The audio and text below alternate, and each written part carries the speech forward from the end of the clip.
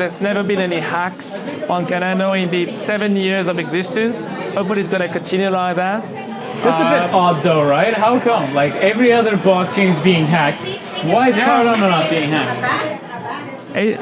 Why does Cardano have no problems? Why is it so perfect?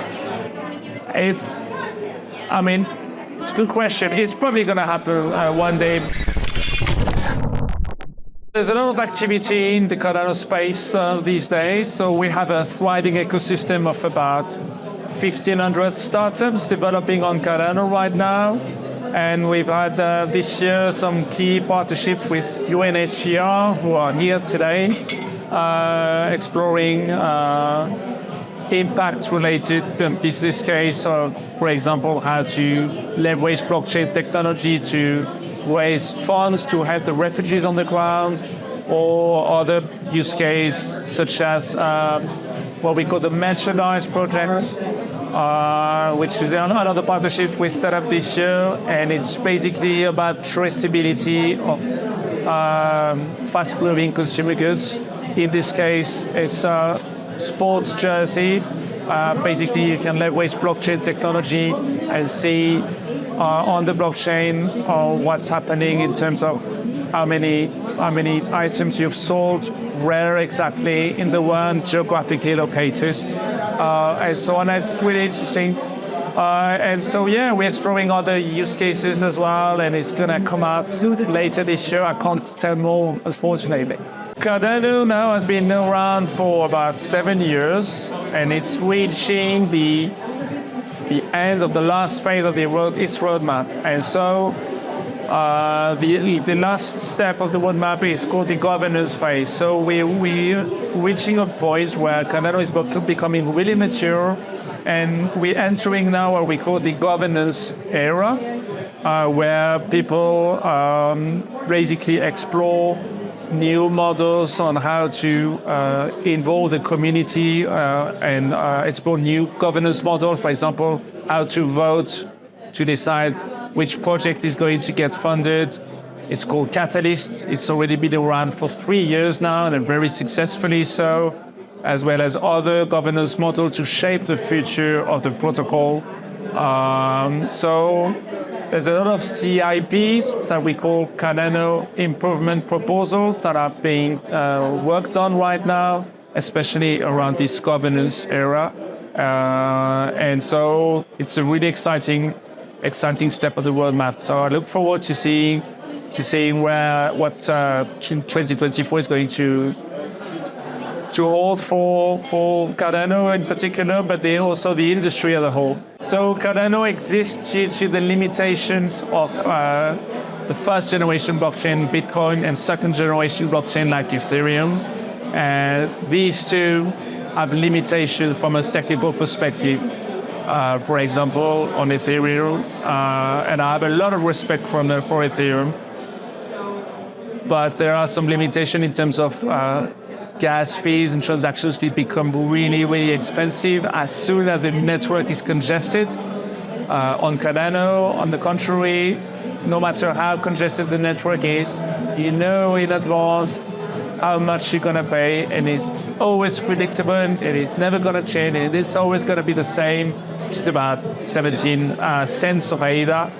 That's one. Two, the high assurance level of the code is written in Haskell, which is a high assurance code that's also used for critical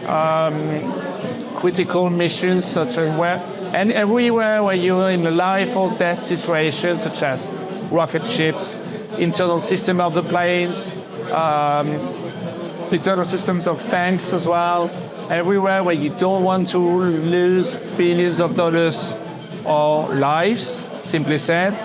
Haskell basically is an adequate language because it brings you some a highest level of assurance in terms of guarantees. So for this, I'm going to touch some wood now, but there's never been any hacks on Cardano in the 7 years of existence. Hopefully it's going to continue like that. That's a bit odd though, right? How come? Like every other blockchain is being hacked. Why is Cardano not being hacked? Why does Cardano have no problems? Why is it so perfect? I mean, it's a good question. It's probably going to happen one day, probably not because of design faults, but rather for a user, when it's a user that's to blame because he left his private key, for example, wandering around on his laptop. That happens everywhere. You can't really blame the protocol for that. But yeah, at high level of assurance, high level of guarantees as well, predictable fees, that's really cool. Also the eUTXO transactional model, if you've heard about it, basically on Cardano in one transaction, and I'm going to get a little bit technical now, if you don't mind. In one transaction, you can configure the transaction to have hundreds of different transactions inside it, within it, and each of these hundreds of different transactions can have hundreds of different assets and be sent to hundreds of different addresses.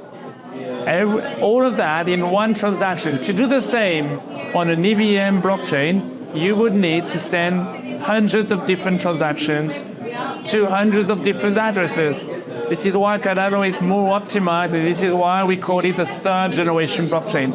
Basically, UNHCR came to us, they're right here, came to us and we were looking on how to explore the synergies together, and we came up with this way to set up a stake pool, which is the equivalent of a validator node on other blockchains. Stake pool, the infrastructure that's powering the blockchain is the background, and keep the reward for themselves by setting the margin fee of the stake pool to 100. So, in a sense, anyone who can delegate to that stake pool, which for the UNHCR name, forfeits their profits and effectively donate their profits to the stake pool owner, that's UNHCR. That's a great way to raise funds for various verticals, in that case to help refugees on the ground, and a pretty efficient way to leverage technology and have real impact on the ground. It's basically taking advantage of the fact that on Cardano, staking is liquid, meaning that any delegator that delegates his token to that stake pool doesn't lose the custody of its assets. It keeps the control over these assets all the time. There's no transaction of fund, it's a delegation of rights. So you keep the custody of your assets at all times, and you effectively donate while keeping your assets to the pool of your choice. So that's beautiful. I think, objectively speaking, Cardano has one of the most mature staking system of the whole industry. And for example, you see other Ethereum, for example, try to have liquid staking, but not on the native level, not on the protocol level, like Cardano. It has to invent a lot of other stuff, such as lead donation, to have liquid staking implemented. It's a complicated setup to design. What recent applications or innovations can you share from Cardano? Yeah, the most exciting ones, you say? Anything. And mention the boring ones as well.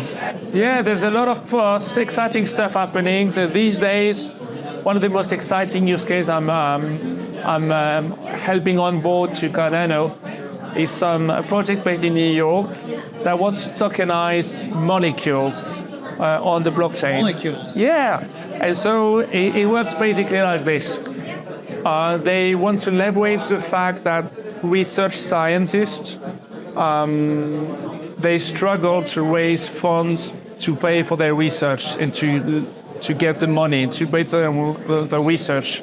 And so they want to basically connect these research scientists with individual investors and put blockchain in the middle and become effectively a crowdfunding model where the individual investors become the IP owners of the molecules.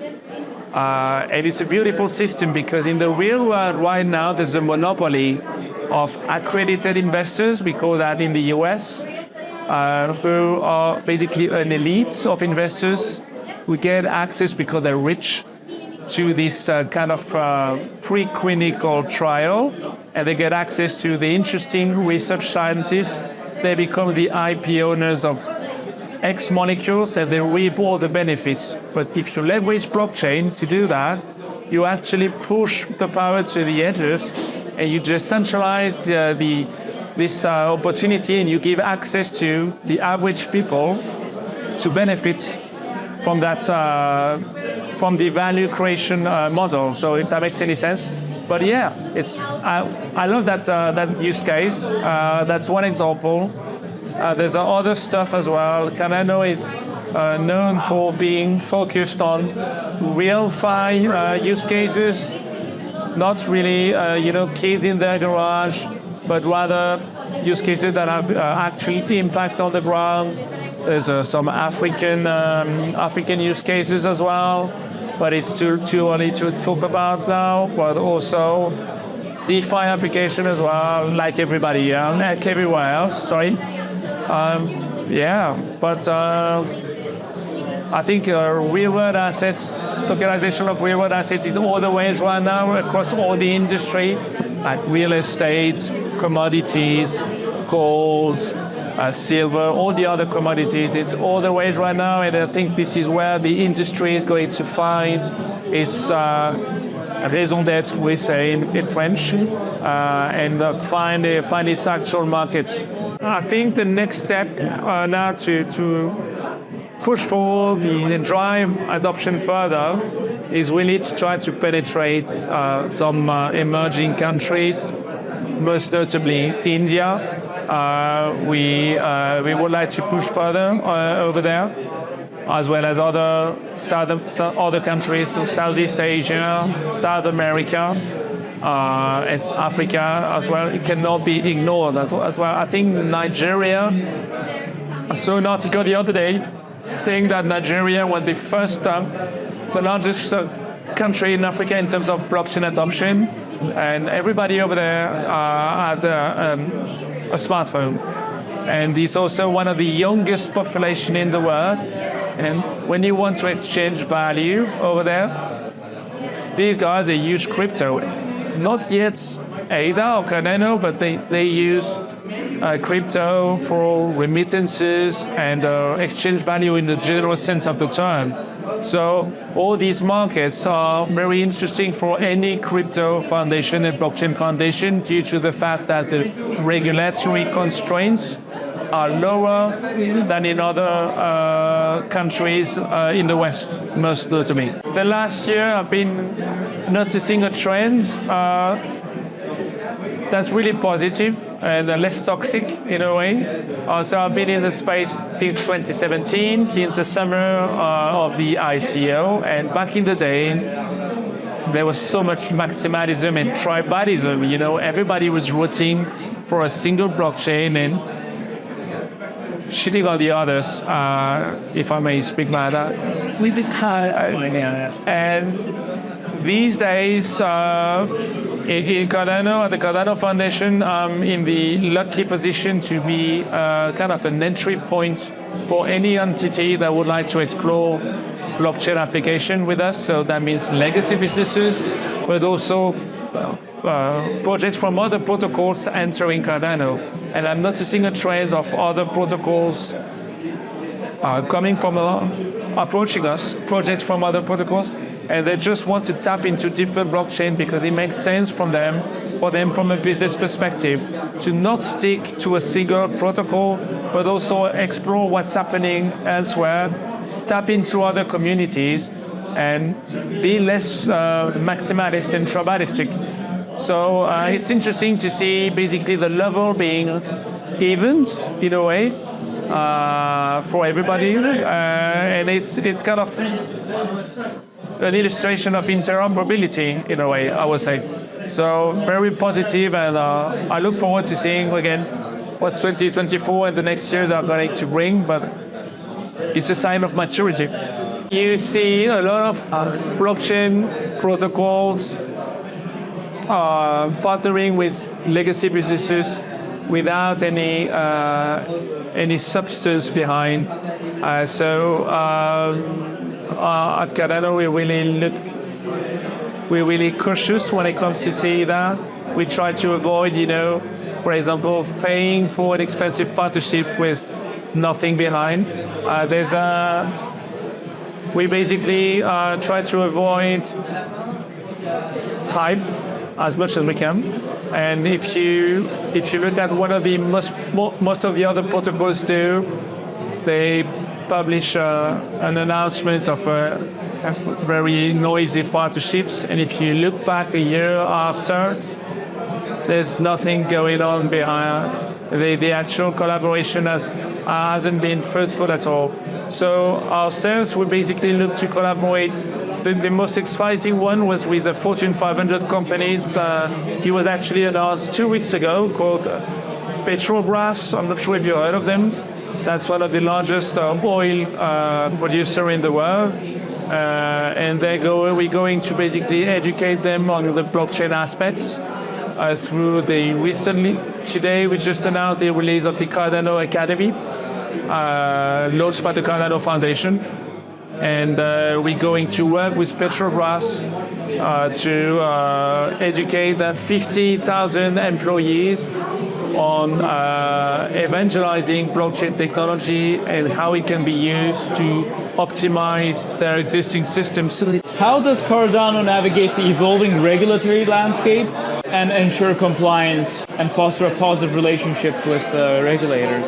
Yeah, so our CEO, Frederic Regard, is doing his best to be close to all the regulatory entities, not only in Europe, but also outside of it, so in the UK, and next year, starting from next year with the SEC in the US as well.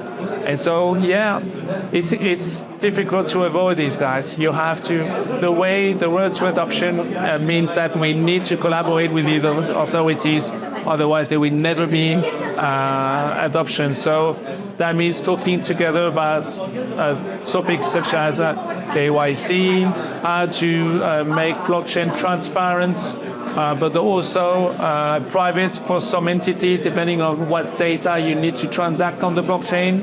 So, yeah, collaboration with the authorities is absolutely needed for any blockchain foundation. If we want that technology to be adopted, it's just impossible to avoid. And so I think blockchain as an industry needs to become more transparent. And so we started from a very anonymous world, and we need to, unfortunately, go towards more transparency for everybody. And if that means more access for everybody, giving access to the banks, to the identity of an individual, maybe it needs to be that way. But that's my opinion.